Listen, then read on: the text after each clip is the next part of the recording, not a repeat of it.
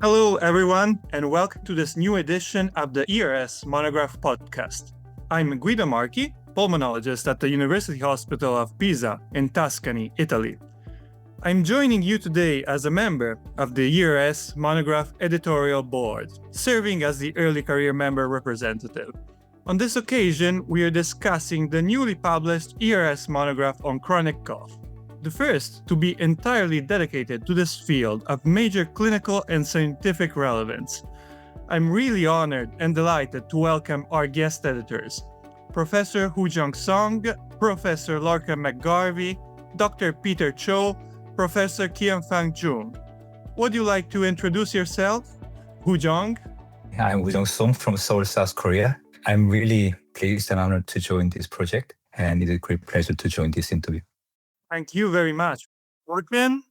Lorcan McGarvey is my name. I'm a chest physician. I'm based in Belfast, where I run a specialist cough clinic, which I've done probably for the last 30 years. I'm also professor of respiratory medicine at Queen's University, Belfast. But my kind of interest in cough goes back maybe 35 years. And it started really just with seeing patients, and it continued in guideline development and trying to work out the very best way to manage these patients, which can be really quite tricky at times.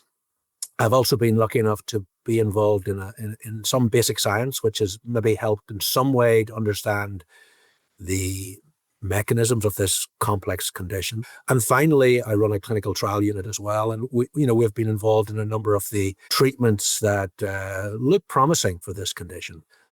Peter? My name is Peter Cho. I'm based at King's College Hospital in London. I'm a respiratory physician, and we run a specialist cough service at King's as well. Thank you very much, Peter. Fan? Hi, I'm Chung. I'm a professor of respiratory medicine at Imperial College, and I practice respiratory medicine at the Royal Brompton Hospital in London. Thank you very much, Fan, and thank you all very much for being here. So let's start from the beginning. As an icebreaker, I'd like to hear a bit about your personal journeys and how each of you first became involved in the fascinating field of chronic cough. So, Professor Woo-Jung, what first drew you to chronic cough? I first became really interested around 2010. At that time, we were usually educated to treat or explain chronic cough just using the classic disease triad or etiologies like asthma, rhinosinusitis, or reflux disease, or sometimes tuberculosis. That was very much the standard way of thinking then. But one day in PubMed, I came across the concept of cough hypersensitivity in papers written by Chung and also by Alan Morris. Then I was really fascinated. It felt like one of those chicken and egg questions. Is cough simply a consequence of conditions, or is there something more fundamental driving the cough? At the same time, I remember thinking that this concept of hypersensitivity may be able to provide the real answer to the problem that we have in mind. And since then, I started attending London Cough Symposium organized by Chung and also American Cough Conference and ERS congresses. I have met many excellent leaders in the field like Fan, Lorcan, and also young colleagues like Peter Cho we have today. So together, I think we have tried hard to understand the problem and also hypersensitivity. What is hypersensitivity? What is driving it? And how we can manage it? And also, we are still trying to translate the knowledge of hypersensitivity to clinical practice. Thank you very much for sharing your experience.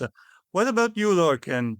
Well, my journey started a little bit before Woo-Jung, probably in the early to mid 1990s. And it actually came after I'd finished all of my postgraduate exams. And I guess I was looking to make my way in the world as a chest specialist. And I asked a senior colleague at that stage, what areas should I focus on? Because it was clear that asthma was being well worked up and COPD was, evolving and developing, and IPF and cystic fibrosis, and all of these areas, important as they were to some degree very crowded with many, many expert people. And my senior colleague said, Lorcan, the patients I see that cause me most problems, the ones I find hardest to manage are those with chronic cough, and chronic cough as an isolated problem. And I said, well, have you any advice, any paperwork for me? And he handed me a single blank page. And he said, that's your starting point, which I guess was true, because at that stage, really, apart from, as Woo-Jung said, this approach to considering common conditions like asthma and reflux and upper airways disease, we had no real sense of anything beyond that. I realized that we needed to test that hypothesis. If we approach every patient in an organized, systematic way, do we control cough in every or most cases? Because that was the argument at the stage, that it was simply a fact that we hadn't investigated thoroughly enough, we hadn't given enough treatments of therapy. And I undertook a really very comprehensive evaluation of a series of patients. And it was clear that despite optimizing everything, we had a subgroup of patients that we just could not control. And in those days, we called that idiopathic cough. And it has evolved and progressed into what we now consider unexplained or refractory. But that really started in the 90s. And once we listened to patients and we realized that they didn't cough all the time, but rather they described bouts and spasms and episodes of coughing, that brought into focus the notion of cough hypersensitivity. And from that has evolved a basic science program that I've been partly involved in, and a clinical trial development program that I've also taken part in. But there have been many of us been involved in that. And I think that journey did start back with that blank page in the early 1990s. Thank you very much, Lorcan. And Peter, what about you? How did this interest in chronic cough develop in time? I've always been interested in physiology and respiratory. And as part of my training, I rotated into King's Hospital, where Surinder Beering very kindly gave me the opportunity and supported me. And I then pursued a postgraduate research degree, and it kind of just stemmed all from there. Before that, as a trainee, you approach chronic cough as you're looking for your treatable traits of your asthma, reflux, and sinus problems. But actually, through that, immediately you sort of realize how fascinating the physiology is, and how neglected this patient cohort is, and how much can still be done. The potential impact of every bit that we do can have such value to the patients. And that's kind of how it developed for me. Fortunately enough, I'm back at King's supporting the clinical service, as well as supporting the research team into developing further assessment and learning about physiology of cough. I think the field is evolving so rapidly and be of such value to our patients and their families. Thank you very much, Peter, for your experience. And Fen, chronic cough has been a long-standing focus on your research. How did this all start? Yes, I've been in cough, I think, for the longest amongst the four of us, I think. Since I got appointed at the Brompton, I think it's about 38 years ago, as a primary physician, I got into cough because cough was a problem. We couldn't treat all the patients, or we couldn't diagnose this patient chronic cough. And a lot of those patients, in fact, didn't have any condition that we could diagnose that was underlying the chronic cough. So that was really the start. And in fact, that got us to start, I think, one of the first clinics in the UK that was dedicated to cough. I think I have some dispute with Professor Maurice in her. He was the first, but maybe we did at the same time. And so setting up that cough clinic was a very important starting point for us at the Brompton to start studying these refractory or unexplained chronic cough. The second thing that I'd like to mention is my connection with Professor John Widdicombe. Of course, he was a pioneer in the field of cough, having described the first cough receptor, the irritable receptor, as being a receptor that would mediate cough reflex. And in his retirement, he dedicated his time to cough. He really was a pioneer and stimulated a lot of us and a lot of basic scientists to look into the problem of chronic cough. And in fact, together with him, we started this biennial cough conference. And I think really through these meetings, I think this idea of cough hypersensitivity came out. I feel very proud that, I've been contributing to that idea, which, as you heard from Woo-Jung, is now the central tenet of chronic cough. And this is leading to better understanding and better treatments for this condition. Thank you very much, Fan. So, Woo-Jung, The monograph opens with a comprehensive disease overview. Could you explain how chronic cough has evolved, as we were saying, from a largely overlooked symptom to a condition recognized for its complexity, and also describes its impact on patients' lives and quality of life from the patient perspective? Maybe many colleagues and many people know that chronic cough is a common problem, but the burden of chronic cough may be largely neglected, as Peter mentioned. It may be because cough has been just considered as a symptom of conditions. So today I'd like to tell you and everybody that chronic cough is still a disease without a proper name. From a clinical perspective, one of the challenges of the field is the gap between what patients describe and what the testing suggests. Many patients coming to cough clinic with chronic cough have normal chest X-ray imaging and normal spirometry, and they have no clear evidence of other active disease, but they still continue to cough months, years, or even for decades. This is quite frustrating for clinicians. From a patient perspective, the impact of chronic cough is far beyond persistent coughing itself. It's not just repeated coughing or chronic coughing. It can cause a variety of problems like sleep problems, fatigue, headache, chest pain, incontinence, syncope, depression, and also coughing can cause social isolation, something that became problematic during the COVID pandemic. And even now, many patients remain misunderstood and mislabeled by their clinician and their family and even by our society. So they often should live with this kind of diagnostic uncertainty and treatment failure. So this tells us that traditional etiology paradigm is not enough for many patients. But fortunately, we now have good evidence that cough hypersensitivity is central to chronic cough, particularly in patients whose chronic cough is not explained by traditional underlying disorders.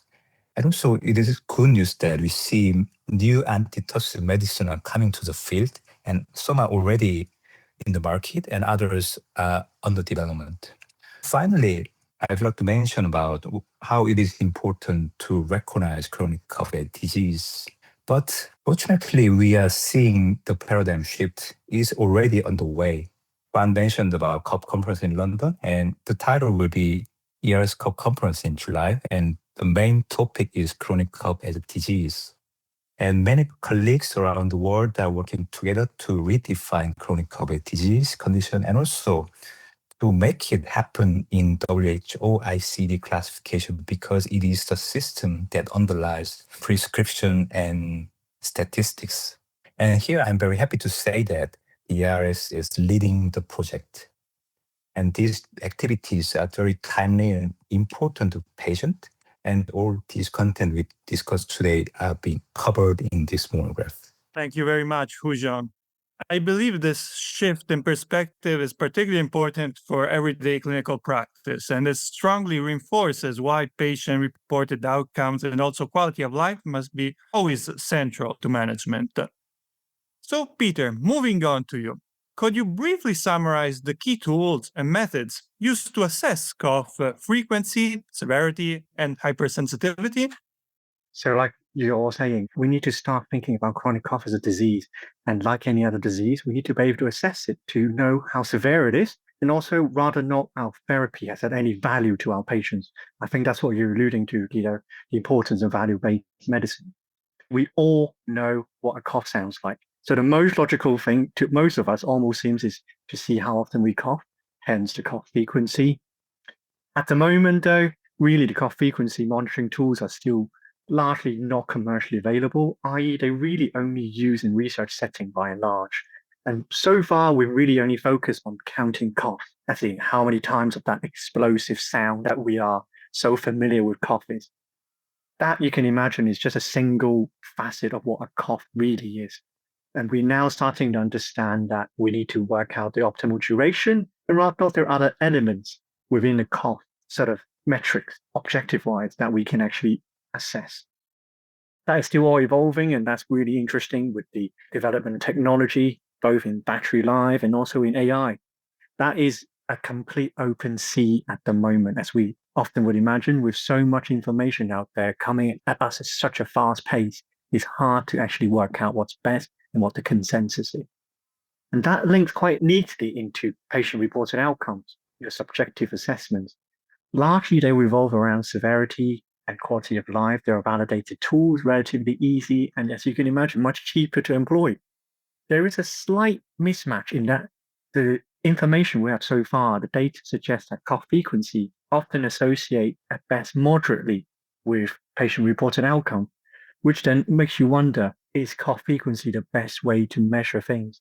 One could also argue they're potentially measuring slightly different dimensions of cough frequency, as well as patient-reported outcome.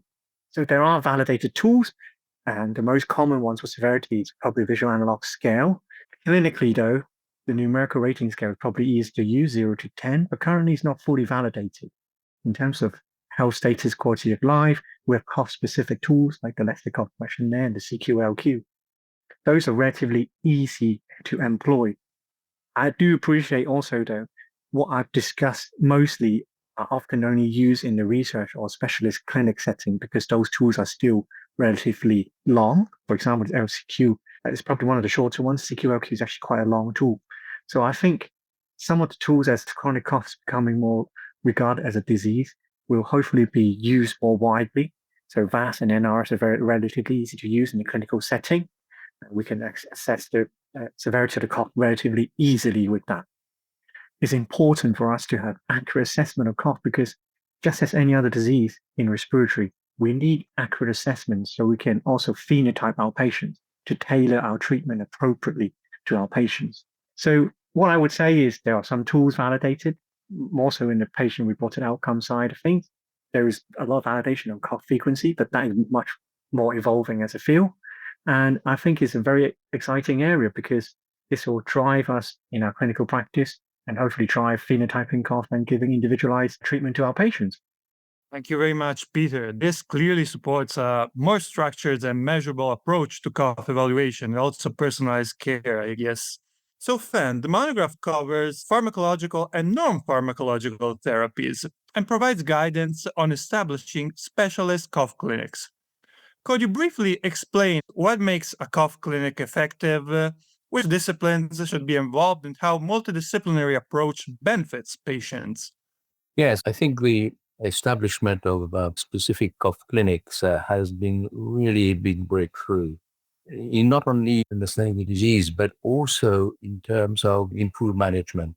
And I think we are now recognizing that chronic cough is not just somebody just coughing all the time, but it is a much more complex situation. Chronic cough now is associated with a lot of treatable traits, and some of the traits may involve other disciplines apart from respiratory medicine.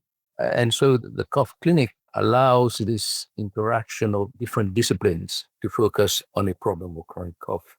Also, the importance of the cough clinic is that it also involves an understanding of the management. And in terms of the management, what I mean is that we now need to have other disciplines contributing to the management. The management of chronic cough is not just giving an antitussive, but it involves also trying to control the condition of hypersensitivity. For example, we need speech and language therapists, and I think it's been proven now that they do contribute to improving the severity of chronic cough.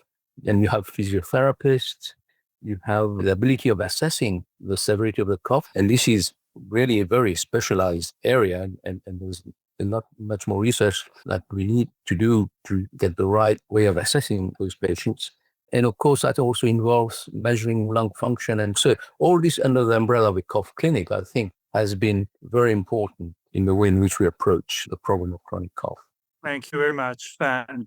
This is a truly multidisciplinary team, clearly reflects the complexity of chronic cough and will be extremely helpful for a clinician to develop or refine also specialist cough services. So you already covered also treatable trait and phenotype-based approach. So I would like to approach the conclusion of the podcast and I'd like each of you to share a brief closing remark on the monograph, highlighting some key messages and future directions. I would like to start from Lorcan. In your view, Who stands to benefit most from reading this monograph? Clinicians, researchers? The most obvious answer is I think everyone will find something of value in this monograph. And I really would encourage people to take it up and read it. I mean, primarily it's for clinicians, those that actually see patients with chronic cough. And I think it actually covers nicely many of the things that we have covered already in this discussion, from evaluating patients and not forgetting that still we do need to consider common conditions associated with chronic cough, asthma, reflux, etc., that we don't want to miss out on red flags. And the monograph does this really very nicely. So as a pulmonologist, or as a speech and language therapist, or as an otolaryngologist or gastroenterologist, I think you get a good background as to how to evaluate that patient that comes to you in your clinic. But then for the scientists, there are beautiful chapters written that really help give us a state-of-the-art perspective on both the peripheral and central neural processing. And that almost certainly will encourage new science-based researchers to say, cough is something that needs more attention, more mechanistic understanding. And then you have, of course, we want to encourage our industry colleagues. And we think the book has been written in a way to highlight the extent of the problem from an epidemiological perspective, from the burden of disease, from the fact that cough coexists with other common conditions like lung fibrosis and asthma and COPD. Beautiful chapters written in that area, hopefully attracting pulmonologists that are not just cough specialists, but are troubled with patients in their ILD clinic with chronic cough. And industry, of course, are interested in that as they try to develop new treatments. I think also our patients. I mean, we all recognize now that patients come to our clinics much more informed about their condition. And many of them are accessing the information from the internet, and that can be a good thing. But to go back to the old approach of a monograph, something written down that you can pick up. And I think some of the chapters are very accessible to our patients as well. So I would, in a very broad way, say I think this monograph is for everyone who sees and who cares about patients with chronic cough. This balance between clinical relevance and research insight is very crucial, and I really appreciate it. So, Woo-Jung and Peter, I would like a very short perspective from you about research gaps and, let's say, future directions in chronic cough. So let's start from you, Woo-Jung. Yeah, I'd like to add something to what Lorcan said. I'd like to tell young students and young junior doctors that why not join this new exciting journal? Because we have many areas that should be filled, and we have a lot of things, exciting things to do together. So if I had to pick up just a few key research gaps, the first one would be clearly to develop research evidence to create a framework that defines chronic cough as distinct condition or disease. We need scientific evidence for that. The second one, number 2, is biomarkers or RCC. At the moment, we are making the diagnosis of RCC after trial of series of treatment and investigation, so exclusion diagnosis. So the patient should undergo a lot of testing and trial. But once we have biomarker to predict RCC or hypersensitivity in advance, that will be really helpful for patient. Number 3 is to understand placebo effect, because we have seen substantial placebo responses in phase 3 trial. Once we understand the mechanism, then we will be able to predict it and also can utilize it patient management. Number 4, maybe better clinical study design and better endpoint. And finally, it will be about long-term history of chronic cough as disease and long-term health impact and outcome. Thank you very much, Woo-Jung. Peter, would you like to add something? I think it's mostly just to reiterate that I think we all feel that chronic cough should be regarded as a disease, and really our patients really would benefit from the diseases being much more characterized, phenotyping, and driving through the basic science of the physiology to develop ultimately personalized antitussive therapy, finding out which patient would benefit, who are the responders. And that's really what we want to do, is make an impact for our patients. Thank you very much, Peter. And Fan, would you like to give us a final take-home message related to chronic cough in this monograph? I think this is going to be a landmark in terms of chronic cough or cough hypersensitivity, as we are now calling it. I hope that this book will start the discussion about how we end up calling this disease. This is a very important point because a very appropriate name will encourage physicians and researchers to consider this as a distinct disease. As Woo-Jung mentioned, I would like to end by saying that, the important thing is to reclassify this condition. And I think there's already a bit of discussion in one of the chapters in the book about how we ought to define it clinically, whether we have a primary chronic cough or secondary chronic cough, and how we further divide different types of chronic cough. And secondly, I think the other important thing, and that's already been mentioned, which is defining the endotypes of chronic cough, the different types of mechanisms that are occurring that defines a particular phenotype and endotype of chronic cough. And we also need to emphasize the importance of doing some basic research underlying those different mechanisms of chronic cough. So this is really a great moment. Thank you very much, Fan. A very clear and powerful message to conclude on. And really, thank you all so much for being here today and for sharing your expertise on this comprehensive monograph. Chronic cough has evolved from an overlooked symptom into a recognized disease that requires dedicated research and specialized clinical care. To our listeners, I highly encourage you to explore the individual chapters of this monograph. You can find this podcast, along with other ERS Monograph podcasts, on the ERS Respiratory channel. And we look forward to welcoming you to the next episode, which will continue to explore topics of high clinical and scientific relevance. Thank you very much for listening.